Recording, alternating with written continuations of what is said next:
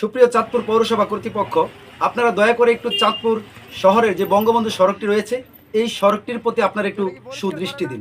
কারণ এই সড়কটি দীর্ঘদিন যাবৎ একেবারে বেহাল দশায় পড়ে আছে।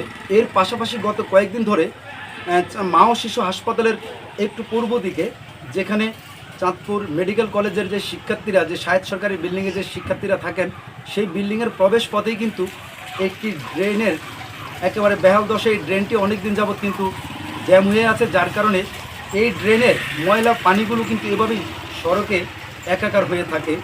আর সড়ক দিয়ে যখন বিভিন্ন যানবাহন চলাচল করে তখন কিন্তু এই পানিগুলো যানবাহনের চাকায় পিষ্ট হয়ে মানুষের শরীরে গিয়ে লাগে। এতে করে কিন্তু পবিত্র রমজান মাসে যারা রোজা রাখেন, নামাজ পড়েন, এতে করে কিন্তু তাদের পবিত্রতা নষ্ট হয়। আপনারা দয়া করে, আবারও বলছি, আপনারা দয়া করে এই চাঁদপুর শহরের বঙ্গবন্ধু সড়কের দিকে একটু নজর দিন। আপনারা এই সড়কটি সংস্কার করার পাশাপাশি এখানে যে ড্রেনের যে ড্রেনটি মানে জ্যাম হয়ে আছে সেই ড্রেনটিও সংস্কার করুন। আস্তে আস্তে আস্তে আস্তে যাও।